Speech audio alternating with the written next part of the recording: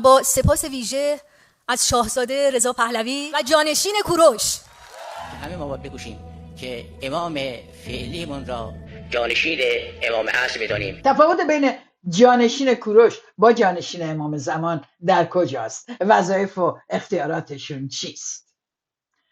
ارتقاء رضا پهلوی در برنامه تورنتو به جانشین کوروش کبیر چگونه رخ داد؟ برنامه بزرگداشت کوروش در تورنتو چرا ما رو ناخودآگاه یاد تاسوعا و عاشورا میندازه؟ آیا با نوح خونی‌های مرسوم در ایران میشه این برنامه رو مقایسه کرد؟ آیا کوروش واقعا نویسنده اولین منشور حقوق بشر است؟ شباهت‌های بین محمد علی طاهری و رضا پهلوی در کجاست؟ شادی امین هستم. قبل از پاسخ به این سوالات دلم میخواد ازتون بخوام که اگر کانال رو تا به حال سابسکرایب نکردید این کار رو انجام بدید و برای دوستانتون کانال رو معرفی بکنید. در این حال کانال ولتاژ در تلگرام فایل صوتی این برنامه رو برای دوستانی که محدودیت اینترنت دارن در ایران نیز ارائه میده. ضمناً ولتاژ از ماهواره پخش میشه و میتونین آدرس ماهواره ما رو در پایین همین ویدیو پیدا کنید. توجهتون رو جلب میکنم به دکمه جوین یا به پیوستن که شما میتونین با کلیک کردن روی این دکمه میتونید عضو کانال بشید. پرداخت ماهیانه هر مبلغی که میخواین 3 مرحله داره. در هر مبلغی که علاقمندین که کمک بکنید پرداخت این حق عضویت میشه گفت بهش. حق عضویت ماهانه کمک میکنه که هزینه های ماهواره رو بتونم تأمین بکنم و کمک میکنید شما که دوستان در ایران بتونن حتی در صورت عدم وجود اینترنت از این برنامه با خبر بشن و بتونن این برنامه ها رو ببینن. این توضیحات از این برنامه و اما بریم سر اصل قضیه. برنامه جمعه جریان سلطنت طلب و رضا پهلوی سامانه پهلوی در تورنتو تحت عنوان پاسداشت کوروش کبیر. مهمترین اتفاقی که افتاد ورود رضا پهلوی به سالن بود. نه شوخی نمی کنم، واقعا مهم بود. اون کسایی که در واقع امنیت ایشون رو قرار بود به عهده داشته باشن از همون جلو که نگاه کنین با چراغ قوه میارتش تو سالن، مثل تو سینما که تاریک هست میارنش ولی اونجا روشنه. حالا ولی جست این چراغ قوه و اون یارو با ضد گلوله اون جلو بیاد و اینا خب مهمه. به هشک وارد میشن. اگه دقت کنین پرچم اسرائیل روی سینه اون کسیست که اون جلو میاد. پرچم اسرائیل ها، پرچم ایران نیست. اما چرا پرچم اسرائیله؟ برای اینکه این یک شرکت یا کمپانی امنیت هستش که موظف است یا وظیفه اصلیش دفاع یا مراقبت یا محافظت از مدافعین اسرائیل در تورنتوست. دقت کردین؟ یعنی اینا پلیس کانادا نیست که گفته اوه رضا پهلوی داره میاد ما باید مراقبش باشیم.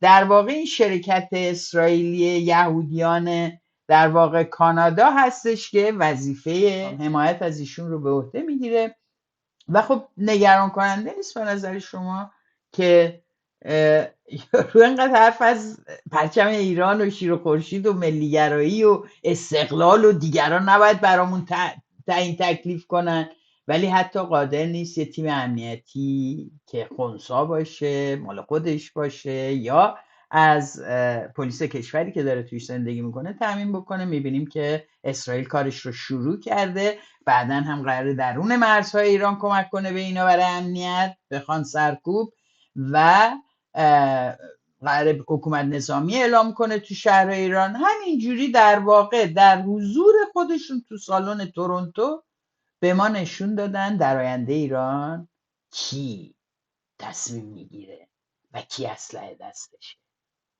اون نیروهای آتشی که میخواستن بیارن بلوچستان همینا هن دیگه. حالا همینا رو از تورنتو بر نمیدارن بیارن، تو اسرائیل یا آدمشون ریخته. حدود 200 نفر، بین 250 تا 300 نفر در بهترین حالت در سالن هستن. یه سالن خیلی کوچیکیه و به شکل به نظر میاد مهمونا همه دعوت شدن و برگزار کننده گفته میشه که سالار غلامی هستش که گذاشته. منابع مالی این برنامه مشخص نیست.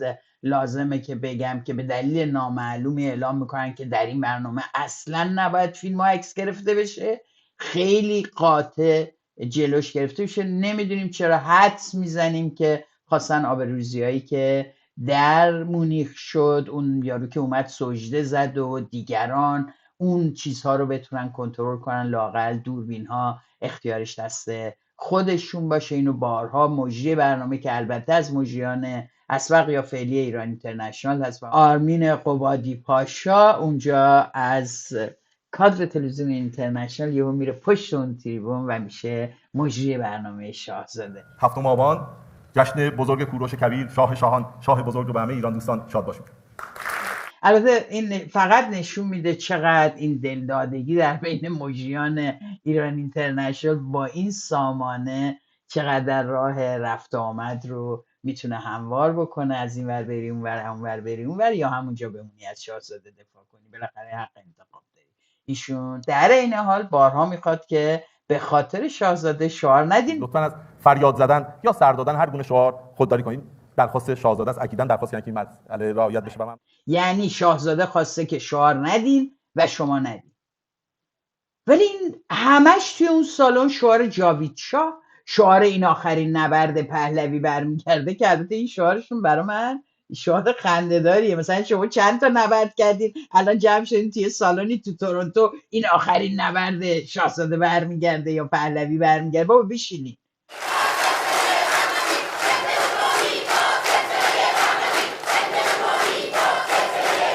جاوید شاه، جاوید شاه، جاوید شاه، جاوید شاه. ممنون. اینا در واقع شعارهایی است که اینا بدون توجه به احترام به شاهزاده، جواب به درخواست شاهزاده همچنان میدن. تصور این میشه که اوه شاهزاده حتما خیلی ناراحت میشه، چرا این سالن واقعا یک بار حرف منو گوش نکرد. نه، لذت رو ببینید. اوکی، الان بیرونمون میکنم.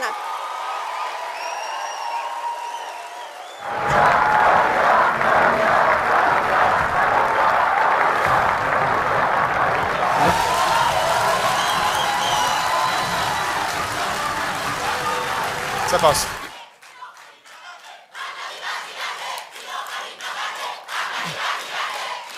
مرسی.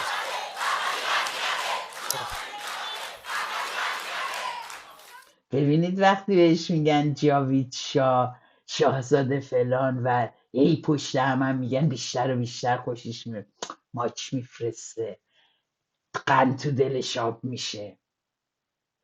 شاهزاده میخواد. فرقه یعنی همین، یعنی یک جمع بسته ای که یک قواعدی رو بین خودش داره. ما هم خیلی هاشو نمیدونیم. مگه میشه مجلسی با حضور شاهزاده بدون جاوید شاه برگزار بشه؟ دستبوسی، سجده، اینا جزوشه.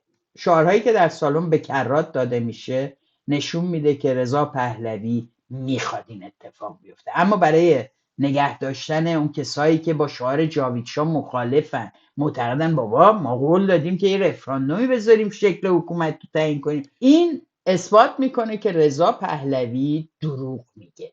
رهبر این فرقه نیاز داره که این فرقه رو اتفاقاً تحت نظر خودش، زیر اتوریته خودش و با تقدس خودش حفظ بکنه.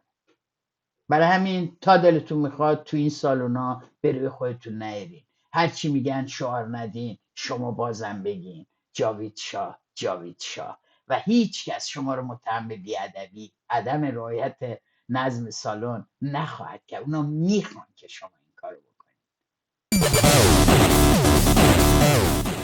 این مجلس کوروششون رو، پاسداشت کوروششون رو شبیه عزاداری های ایران بود. هر کی می اومد یه داستان راجع به کوروش بود. بیش از 2500 سال پیش پادشاهی از پارس برخاست که مسیر تاریخ بشر را برای همیشه تغییر داد. نامش کوروش بزرگ بود. در سال 539 پیش از میلاد، پس از ورود به بابل، فرمانی صادر کرد که امروز جهان آن را به نام منشور کوروش میشناسد. در آن از آزادی دین، لغو بردگی، احترام به همه ملت‌ها و باورها سخن گفت. این یعنی اولین اعلامیه حقوق بشر در جهان. 6 تا یا 7 تا کلمه راجع به امام حسین گفت. حالا من میگم شما بشمرید. اینا کلام رسول خداست. فرمود حسین چراغ هدایت، کشتی نجات، حسین امام شجاعت، امام عزت، امام فخر و بزرگواری است، دریای علم است. یعنی عین امام حسین که اینا روایت میکنن، امام صادق رفت، بعد نمیدونم اون تو بستر بود، همه اینا رو هم میدونن. حالا نه اون موقع شبکه‌های اجتماعی بوده، نه می نوشتن این تاریخو، یه خط میخی بوده زمان کوروش که اکدی اینا رو، همه این یه دست نوشته‌ای که وجود داره، این در واقع لوح گلی یا استوانه کوروش، اینو آوردن و از این ببین چقدر داستان دارن در میارن. کلش 45 خطه، کلش 45 خط نوشته شده. تیکه اولش هم که اصلا راجع به موضوعات دیگری است، تیکه آخرش راجع به کوروش. یه ویدیو پخش کردن از کوروش، ببینید اینجا چی میگه. او کشورگشایی را نه برای ویرانی بلکه برای همزیستی به کار برد. به جای انتقام آشتی آورد. او جنگ را به صلح و ترس را به اعتماد بدل کرد. کوروش زندانیان را آزاد کرد، مردمان آواره را به خانه‌هایشان بازگرداند و معابد و باورهای گوناگون را محترم شمرد. در منشور او، همان لوح گلی مشهور منشور کوروش، سخن از کرامت انسان، آزادی پرستش و حرمت زندگی آمده است. میگه کوروش کشورگشایی رو نه به قصد کشورگشایی، بابا چجوری کشورگشایی؟ میگه با صلح و عدالت کرد. خب رفته مردم کشته زده کشورشون رو گرفته دیگه. یعنی یک جعلی که گویا میشود در زد به کشور بغل دستی و ارتشت رو بفرستی توش و اونا میگن به به آقا کوروش اومدی بفرما ما رو هم فتح کن. بابل رو نمیخوای فتح کنی، بپیچون ور بابل هم فتح کن. یعنی جعل اتفاقاتی که در همون دوره افتاده که کوروش کشورگشایی کرده، ریخته کشورها رو گرفته و اموالشون رو گرفته و اینا هست اسنادش، اسیر گرفته توشون. اینو دیگه من نمیگم دیگه، محققین این حوزه هست، برید ببینید بخونید. و این همه اسناد هست در رد این مسئله، این همه سند هست که چطور ترجمه لوح کوروش غلط منتشر شده. خانم آقدشمیل اینجا میگه ایران او پیش از اینکه واژه سکولار معنا پیدا بکند به راستی سکولار بود. خانم آقدشو، سکولاریسم یک مفهوم مدرنه، مفهوم پس از تشکیل دولته، مفهوم پس از اینه که ادیان و مذاهب اومدن توی سیاست دخالت کردن و قانون گذاشتن. چه ربطی به 2500 سال پیش داره؟ جمعیت هم دست میزنن، فردا هم میرن سر میز شام میگن اصلا سکولاریسم هم جهان مدیون ما ایرانی هست. اینجوری ارضا میشه همه چی ایرانی ها درست کردن. اولین اعلامیه حقوق بشر کتیبه کوروشو میگه. در این کتیبه طبق ادعای محققینی که روی این کتیبه سالیان سال و دهه ها کار کردن، نه 10 دقیقه مقاله نوشتن آوردن تو جلسه رضا پهلوی خوندن ها، نه روش کار کردن، میگن واژه برده در این وجود نداره که بگه بردگان رو آزاد کنید. بعد میگن کوروش بردگان رو آزاد کرد، کوروش از آزادی مذاهب حرف زد. اصلا این حرفا نیست توش. رضا پهلوی میاد تو صحبتش میگه گفت به سربازاش که آرام بروید که صدای پایتون ملت رو ناراحت نکنه. مثل از کجا آوردی؟ کوروش در بابل به سربازانش گفت آرام گام بردارید تا در دل مردم هراس نیفکنید. و در پایان سخنرانیش میگه که و آنگاه پژواک این سخن کوروش دوباره در سپهر تاریخ طنین انداز خواهد شد. کوروش پادشاه جهان، پادشاه انشان، پسر کمبوجیه، خدایان بزرگ همه زمین ها را به دست من سپردند و من این سرزمین را در آرامش و صلح قرار دادم. این داره خودشو میگه، میخواد بیاد و دوباره بگه من پسر فلان. از حالم اینم شروع کرده. اینا رو جرئت نداشت قبلا بگه. قبلا میگم من با همه حاضرم بشینم، با همه حاضرم وحدت کنم، برای نجات ایران هر کاری حاضرم بکنم. الان تبدیل شد به این که تنها در مقام شاهی این حاضره برگرده به اون کشور. ببینید اینا گفتمان رو تبدیل کردن، گفتمان سیاست در ایران رو تبدیل کردن به یک گفتمان فرقه‌ای پادشاهان و ملت قدرشناس. در واقع این اون چیزی است که اینها دارن جا میندازن. اگه ملت کبیری باشیم کشورمون رو پس میگیریم میدیم دوباره به رضا پهلوی بر ما حکومت کنه، ما همینو کم داریم. این گفتمان ساده و بسیار عوام فریبانه در این برنامه بارها و بارها توسط تک تک سخنرانان با واژه‌های مشابه تکرار میشه. شاهزاده رضا پهلوی، ملت ایران شما رو دوست دارن. 85 میلیون منتظر شما. جوری هم میگن که هر کدوم از ما تک تک نگران شیم که نکنه عقب بمونیم، نکنه داریم ضد مسیر مردم حرکت میکنیم، نکنه این مردم حق دارن. کدوم مردم؟ مردمی که تو تمام این سالها اتفاقا به یک فراخوان این جواب درستابی ندادن. دائم بگه همه مردم ایران اینو میخوان. اصلا ما 2500 سال پیش پادشاه داشتیم، حاضرم نیستیم وارد مراحل دیگه ای بشیم، حاضرم نیستیم پادشاهی رو پس بزنیم. همینایی که وقتی ما بحث میکنیم میگیم مثلا 80 سال پیش، نمیدونم 170 سال پیش مارکس اینو گفت، لنین اونو گفت، در 80 سال پیش فلانجا انقلاب شد، اینجوری شد، میگن این حرفا قدیمی کهنه است. یهو ما رو بردن 2500 سال پیش و میخوان همون سیستم رو با رضا پهلوی بیارن. و سورپرایز بزرگ این برنامه این بود که رضا پهلوی به عنوان جانشین کوروش معرفی شد. یعنی از اول مجری شروع کرد، نطق نذاشت دیگه این سالن بکشه، گفت اعلیحضرت شاهزاده رضا پهلوی. درود میفرستم به اعلیحضرت شاهزاده رضا پهلوی. خیلی خوشحالم که یک بخش کوچیکی از این برنامه رو افتخار دارم که در خدمت اعلیحضرت عزیزمون باشم. امروز برای من افتخاری است که در این جایگاه در حضور اعلیحضرت با احترام و غرور از اعلیحضرت شاهزاده رضا پهلوی دعوت میکنم برای این روز اول میگو اصلا به من نگین شاهزاده، هر کی هر جوری دوست داره، هر کی هر جوری دوست داره. آیا یک نفر نیست، یک خبرنگار نیست، یک مجری نیست، یک سخنران نیست که احیانا در این برنامه ها، چون اینا میگن همه نوع تفکری هست دیگه، یک نفر نیست نخواد بگه شاهزاده؟ چرا جرأت ندارن؟ چرا یک نفر نیست که بگه آقای رضا پهلوی خوشحالم در خدمتتون هستم امروز؟ چرا منو دعوت کنن؟ اینم نمیگم. البته این در این برنامه واژه اعلیحضرت چسبید کنار شاهزاده و به عنوان جانشین کوروش یک ارتقای مقام دیگه پیدا کرد. و این بانوی اول ما هم که غیبت کبرا داره همه جا و خوشبختانه حضور نداره. البته خواهیم دید که برخی از سخنرانان بدجوری به ایشون بی احترامی کردن. مثلا نوشافرین اومد گفت شاهزاده همه مردم ایران تو رو دوست دارن.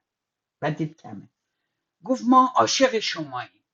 بعد دید یکی کمه، گفت ما عاشق پدر بزرگت هم هستیم، عاشق پدرت هم هستیم، عاشق مادرت شهبانو فره هم هستیم و عاشق خودشون. تنها کسی که جامون یاسمین بود. من عاشق پدر بزرگتون، پدرتون و عاشق شهبانوی عزیزم هستم و شما. یاسمین اعتمادی ازش اسمی برده نشد. به نظر من واقعا کار بدی کردی خانم نوشافرین. یعنی در مورد اینکه این یاسمین رو نگفتین، به نظر من یه خطای بزرگ کردین. شما دست کم نگیرین یاسمین رو در بسیج لومپنا. یهو دیدین یاسمین الان اومد نوشت مرگ بر سه فاسد، لیلا آفرین و شهره. نه نمیخوره به هم. بیا یکم ازش کنیم، فرمش بدیم براش راحتش کنیم. مرگ بر سه فاسد، شهره، آفرین و لیلا. نمیشه لیلا فروهر. مرگ بر سه فاسد، آفرین، فروهر و شهره. این ستا رو یعنی یه چیزی اون بهترش رو میسازه، اون بلده. اون یه دو سه نفرم داره مثل اون اسفانی لومپنه است، اینا کمکش میکنن یه چیزی درست میکنن علیه اینا. چون میگه اینا اومدن به من بی‌احترامی، اسم من نیاوردین. من همسر رضا پهلوی جانشین کوروشم و شما اسممو نمیارید. مشکل اینه که ممکن اصلا تاجگذاری برگزار نشه. این همه با AI ببینید چه تاجگذاری درست کردن، فقط اشتباهی کرده قبل اینکه تاج بیاد رو سرش تمام مسیر تاج رو تو این هوش مصنوعی که اینو درست کردن گوشتن سرش. کجم هست همینجور میاد.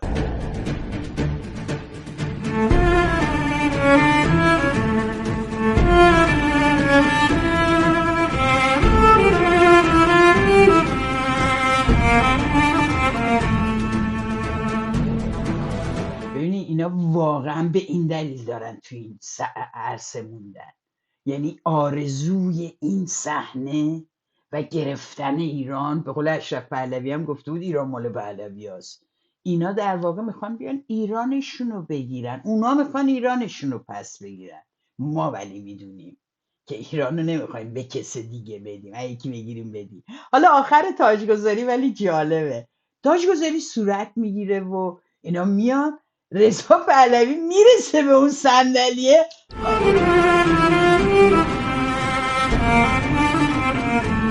این چه وضعیه واقعا. یعنی این صحنه واسه تاجگذاری مناسبه، خوبه. با AI اینو درست کردن، میشه یکم تزریق، ولی AI هم میدونین که هوش مصنوعی یکم کاراکتر آدم رو بررسی میکنه، بر همون اساس شکل میده. یاسمینه رو داد از همون اول تاج سرش، حالا کچ هست اینا مهم نیست، ولی رضا پهلوی رو تا رسید آخر دیگه ولو شد. این تاجگذاری میتونه با عدمه، یعنی واقعا حیف که این مردم اصلا، یعنی همه اونایی که این یاسمینه رو میشناسن نه تنها دوستش نه ازش بدشون میاد، جمع وسیع از این آدم بدشون میاد و اینا مشکلات به قدرت رسیدن به رضا پهلوی و سامانشه که یکی دوتا هم نیست.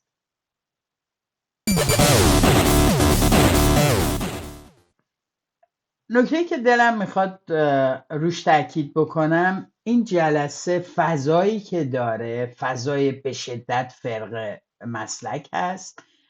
اگه بخوایم توضیح بدیم که فرقه چیه، در واقع گروهی هستش که یک روابط هیرارشیک یا هرمی داره از بالا به پایین، بسیار انتقاد ناپذیره، در مقابل هر انتقادی تخریب میکنه و ضربه میزنه. یک رهبر کاریسماتیک گذاشته اون بالا که مقدسه، هیچ خطایی نداره، همه فقط ازش تعریف میکنن، اساسا هیچ خطایی در زندگیش نداشته. اینها رو اینجا میبینیم.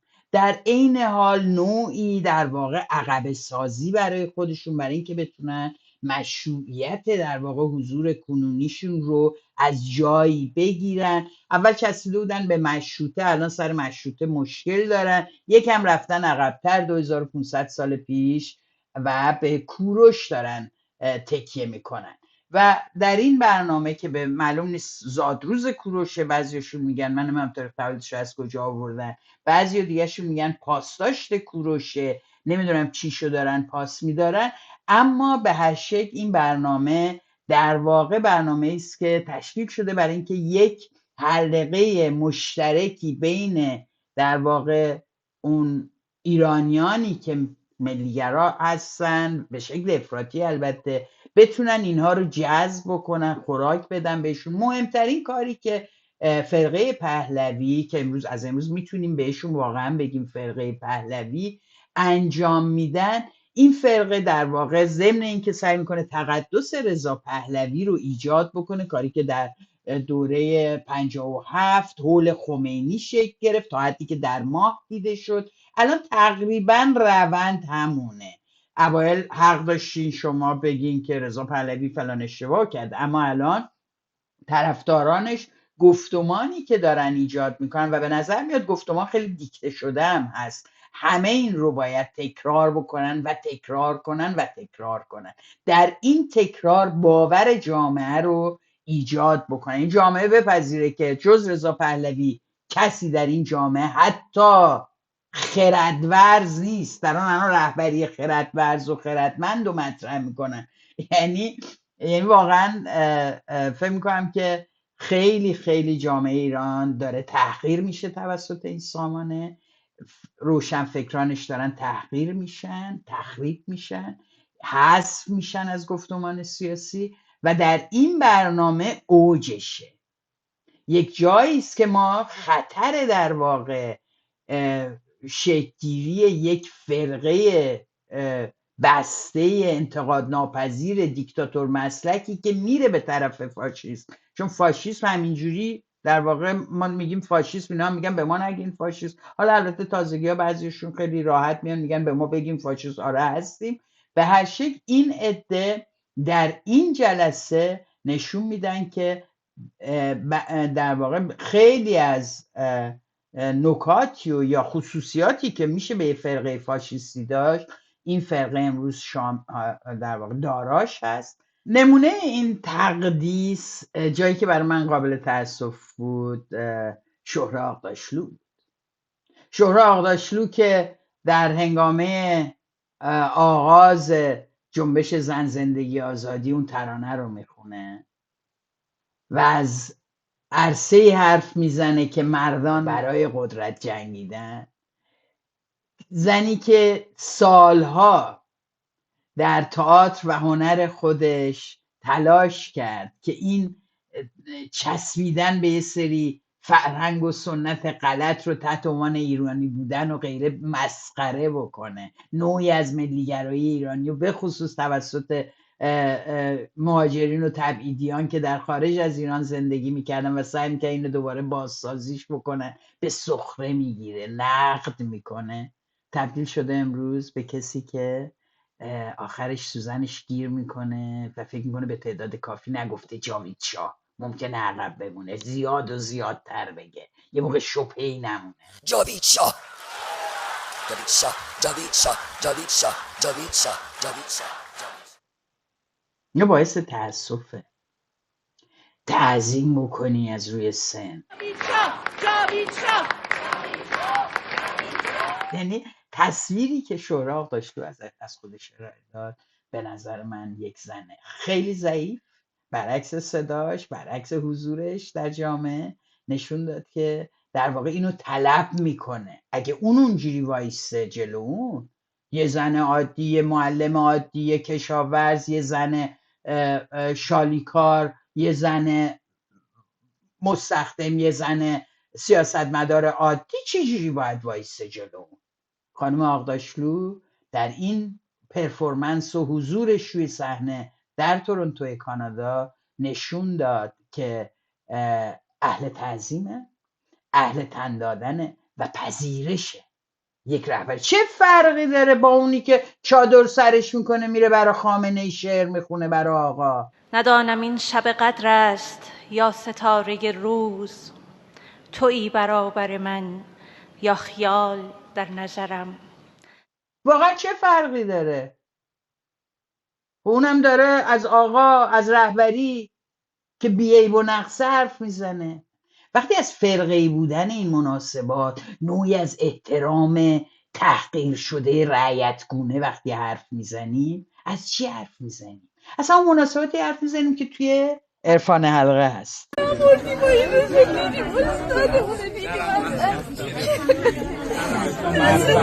شرمنده نکنید.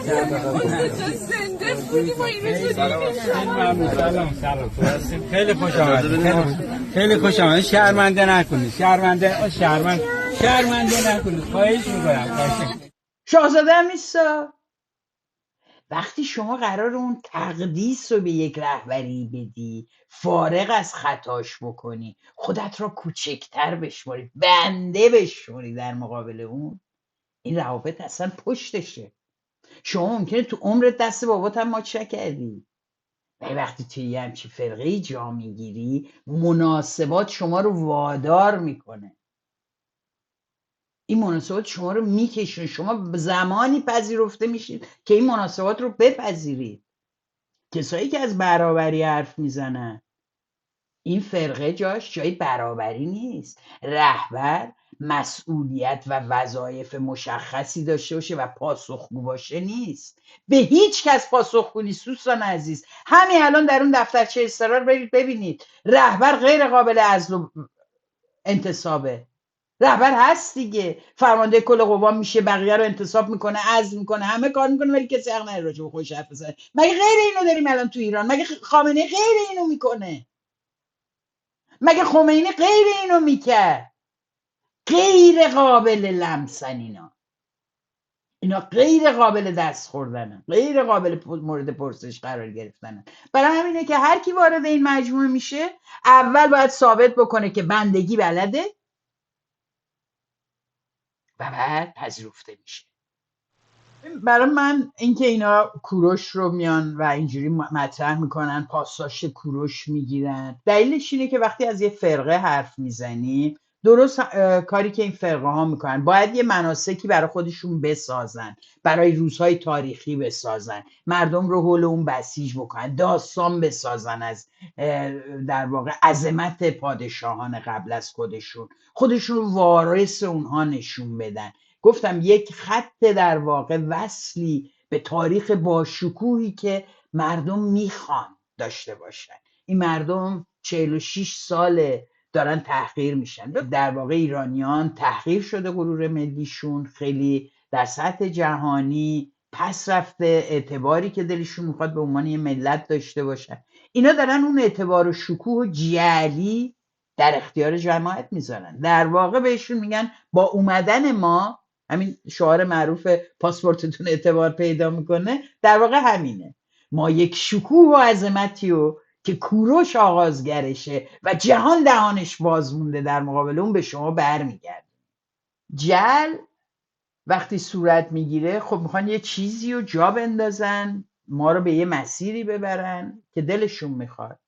خب کوروش حالا بزرگ بوده، خیلی من واقعا برام زیاد اهمیتی نداره این چیزا. وقتی این تبدیل میشه ولی به یکی از ابزاری که شما فرقه سازی، های تو جانشین اون کوروشی که جهان دهانش باز موند. آخه اونایی که اینو میگن خودشون خندهشون نمیگیره؟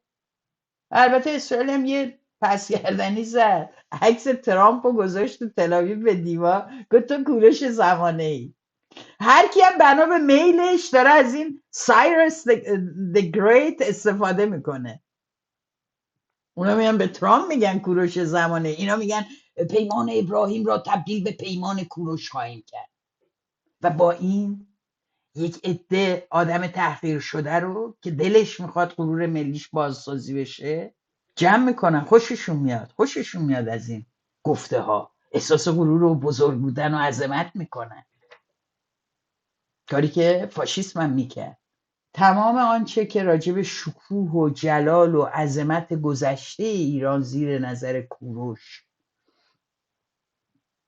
و امید ایجاد کردن در اینکه رضا پهلوی هم میاد همونو ایجاد میکنه، یه دروغه که اتاق فکر رضا پهلوی ساخته تا تحویل جامعه بده و دستگاه پروپاگاندی رو هم میدونن که باید انقدر دروغ رو بزرگ بگی که بتونه تو ذهنها جا بیفته. فرض بکنیم، تکرار میکنم، فرض بکنیم همه حرفای شما درست، چه ربطی به شما داره که برنامه‌ای که شما دادید بدون یک دولت خارجی و ارتشش، بدون جنگ، میسر نیست اساسا. شما از جنگ دفاع میکنید، یا میگن کوروش خیلی سلجی بوده. تو بوده که بوده، شما چی کارین؟ رضا پهلوی در سخنرانی شما میکنه که پنجره نجات ایران محدود است و اگر از دست برود شاید دیگر هرگز گشوده نشود. من میپرسم یعنی چی پنجره نجات ایران محدود است و اگه امروز باز نشه هرگز نمیشه؟ چطوری شما میتونین به یک ملتی رو که خودتون میگین ملت کبیره چنین تحقیرآمیز در موردش حرف بزنین که اگه امروز نتونین جمهوری اسلامی سرنگون کنین و ما بیایم سر کار، دیگه هرگز نمیتونین؟ این مردم بابای شما رو هم سرنگون کردن، جمهوری اسلامی که هیچ. میگفت اولین ارتش، جز 5 ارتش مهم جهان رو داشت، ریختن پادگاناش رو اشغال کردن. تفاوت این دوره با اون دوره زیاده، اما میبینید که شما نمیتونید سرنگونی جمهوری اسلامی رو انقدر به خودتون وصل بکنید. این مردم بدون شما هم قادرن. اما چرا شما فکر میکنید و ترویج میکنید اینو که اگه امروز نکنید دیگه نمیتونید؟ برای اینکه شما میخواین به قدرت بیاین و مردم میدونن کی بیان تو خیابون. وقتی میان که بدونن میتونن در نهادهای خودشون تو تصمیم گیریش دخالت بکنن و قدرت رو بگیرن. ولی شما چون این حرف رو میزنید چون درگیری اسرائیل با ایران رو در یک دوره محدود میخواین ازش استفاده بکنید با کمک موشک اسرائیلی به قدرت بگیرید. این در واقع یکی از سرفصل‌های صحبتش هست دیگه. دومین بار هست که میگه این پنجره همیشه گشوده نیست. بیبی اگه سقوط کنه چی؟ اگه دیگه ترامپ حاضر نباشه پشت اسرائیل وایسته چی؟ پنجره برای شما محدوده. مردم ایران میتونن. مردم ایران کردن و باز هم خواهند کرد. منتظر دستور من و شما خوشبختانه نیستم. گفتم احتیاج دارن به این مناسک برای اینکه بتونن به اینا آویزون شن، جمع شن، تقویت بکنن و همبستگیشون رو با هم. در واقع فرقه دوباره سوگند یاد میکنه به رهبریش توی همچین مراسم. و کوروش یکی از ایناست. حالا میرسه، خواهید دید، کاوه آهنگر میاد، مهرگان میاد، نمیدونم روز فلان میاد. اینا یه مناسک اینجوری رو ایجاد خواهند کرد برای خودشون. ولی نزدیکی این به همون روش های روزخوانی و در واقع شیوهایی که نوح خانیایی که در جمهوری اسلامی هست که امام حسین اینجوری بود رفت، وای بیاید همه ما ای مسلمونا ای امت بیایید و با هم برای ظلمی که به اینا رفت گریه کنیم و همه چی رو یادمون بره و در خدمت اون بمونیم. اینا هم دقیقا دارن همین کارو میکنن. در واقع فرهنگ شیعی بسیار توی این برنامه خودش رو نشون میده. فدا گذشتن برای آنچه که موعوده، آنچه که مظلومه و آنچه که عادله و همش هم اوناییست که اینا تعریف میکنن. در مورد اینا کوروشه، در مورد اونا حسین و رضا و بقیه. و کیست که ندونه که اتفاقا این مناسک به جمهوری اسلامی سالها کمک کرد تا بخش ناآگاه جامعه رو حول خودش نگه داره. تحت عنوان نماینده خدا روی کره خاک اینا تونستن سالها مسلمانان جهان رو سازمان بدن. حالا رضا پهلوی با شروع کارش در تورنتو 300 نفر رو سازمان میده. اما ببینید تورنتو چرا انقدر مهم میشه؟ به نظر من تورنتو در واقع اونجایی است که ما همه چی رو میتونیم توش ببینیم. تورنتو اون شهری است که یه تصویر کوچولی از ایران رو نشون میده. ببینید چیا داره.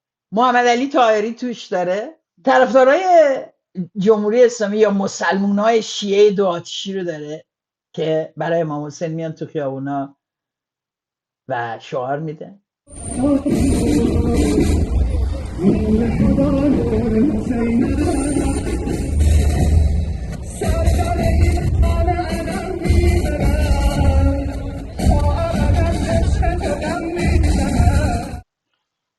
سالن رضا پهلوی هم داره. ولی در تورنتو چیزای دیگه هم داریم. این هم داریم. جوانه میزنم به روی زخم برتنم، فقط به حکم بودنم که من زنم چو هم صدا شویم و پا به پای هم رویم و دست به دست هم دهیم و از ستم رها شویم. جهان دیگری بسازیم از برابری، به همدلی و خواهری جهان شاد و بهتری. نه سنگسارها، نه پای چوب دارها، نه گریه های بارها. جنبش زن زندگی آزادی این در 3مین سالگردش، در همون سال اول در اوایل جنبش 50,000 نفر رو تونست انجمن پرواز به خیابونای تورنتو بیاره در دفاع از جنبش انقلابی مردم. و این تظاهرات 3 سال بعدش هم هستن. فراخوان پاسخ مثبت دادن و در 3مین سالگرد جنبش. ولی تعجب نمی‌کنید مثلا سلطنت طلبها اصلا توی این فراخوان‌های عمومی نیستن، نمیان، دخالت نمی‌کنن، خودشون هم نمیدن. آوردن مردم به خیابون کار اینا نیست، نه در خارج نه در داخل، در هر دو جا اینا کاری به این قضیه ندارن. من فکر میکنم غرور از دست رفته ایرانی ها که سالها توسط جمهوری اسلامی تأخیر شده تو دادن منابعشون به کشورهای دیگه برای راه انداختن جنگ‌های نیابتی، برای دفاع از حتی گروه های دیگه ترجیح دادنشون به خود مردم ایران، این در واقع ضربه روحی روانی که این جامعه خورده با این دوستان عزیز جبران نمیشه که شما یه پادشاهی بیارین یه تاریخی به خودتون وصل بکنین و غیره. این غرور زمانی جبران میشه که این ملت بتونه اختیار سرنوشت خودش رو به دست بگیره، بتونه قدرت نمایی بکنه به عنوان یک ملت، بتونه قدرت نمایی بکنه به عنوان یک ملت متحد و صاحب اختیار. این مهمه، صاحب اختیار برای تصمیم گیری برای منابعش. میدونه اگر منابع طلایی در آذربایجان داره اجازه نمیده روس‌ها و چینی‌ها بیان ببرنش. میدونه اگه خودشون رو برداشت میکنه چجوری میخواد استفاده کنه ازش.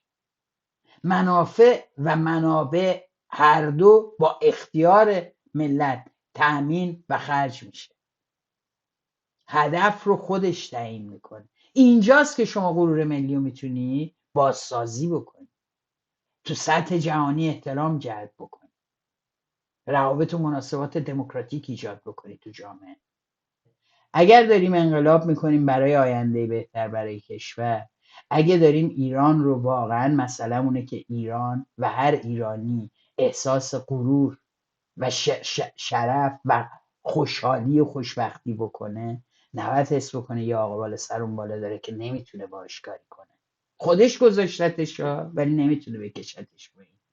از لحاظ من خیلی جاهای دیگه هست که میتونه به ما نشون بده که اتفاقا برعکس این که اینا میخوان بگن چون کوروش داشتیم و رضا شاه داشتیم ما ملت کبیریم، به نظر من ما در بسیاری جاهای دیگه نشون دادیم که میتونیم از خودمون چیزی نشون ده. آنچه که اتفاقی که در خیزش مهسا افتاد نشون داد که این جامعه زنده و بیداره. اتفاقی که در آبان 98 افتاد نشون داد که این جامعه زنده و بیداره و اتفاقا خیلی لحاظا از لحاظ فکری رشد کرده و داره میره جلو. و به نظر من ما یک جایی یک پیچی رو از دست دادیم و اینو باید به عنوان نقد به خودمون بپذیریم که علیه امت سازی جمهوری اسلامی ما فعال اقدام کردیم. ما علیه یک دست کردن مردم ایران توسط حاکمیت تحت عنوان امت کار کردیم، سالها حرف زدیم. کم توجهی ما اما این بود که در واقع در این پکیجی که داریم نقد میکنیم از ایرانی بودن خودمونم حرف بزنیم که الان یه عده که نمیدونستن تا دیروز ایران کجاست، نه اعتراضی داشتن به کشتار مردم ایران، نه راجع به فقر مردم ایران هنوز حرف میزنن، بیان و خودشون رو ناجی این ملت نشون بدن و ایرانی و ایران پرست نشون بدن. بعد درکشون از ایران پرستی این باشه که زبان پارسی و هیچ و ما یک ملتیم و پارس. ما در این مورد به نظرم میبایستی بارها و بارها تکرار کنیم که ما بودیم و ما هستیم که نه تنها ایران رو دوست داشتیم و سالها بدون اینکه هیچ چشم داشت اقتصادی داشته باشیم، بدون اینکه منتظر باشیم بریم زمینای پدر و پدربزرگمون رو بهمون پس بدن، بدون اینکه منتظر رفتن و نشستن تو کاخ باشیم. نه من، بسیاری خانواده های دادخواه، بسیاری زندانیان سیاسی، بسیاری کسانی که جونشون رو دادن بدون چنین چشم داشتی تلاش کردن و ما نتونستیم این ارزش ها رو به عنوان دستاوردهای خودمون به اسم خودمون حکش بکنیم. مرسی ازتون که تا این لحظه با من بودین و این برنامه رو دنبال کردین. دلیل پرداختن به این برنامه نه اهمیت بحثایی که در اونجا شده، بلکه اهمیت روند شکل‌گیری سامانه پهلوی، رسیدنش به یک فرقه هستش. به نظر من مهم هست. رشد و ارتقاء مقام رضا پهلوی هست از پدر به رهبری انقلاب ملی و در این برنامه به جانشین کوروش و همینطور اعلیحضرت شاهزاده رضا پهلوی. این مسئله مهمه. باز هم میریم سراغ برنامه‌های دیگه‌شون، حرفای دیگه‌شون، کارهای دیگه‌شون. و در این حال میخوام ازتون خواهش بکنم که اگه برنامه رو دوست داشتین برای دوستاتون بفرستین. کامنت یادتون نره. حتما برنامه رو لایک بکنین تا یوتیوب به دوستان دیگر و کاربران دیگه پیشنهاد بده این برنامه رو و این صدا شنیده بشه. ازتون میخوام که مثل همیشه فولتاژ رو دوست داشته باشید.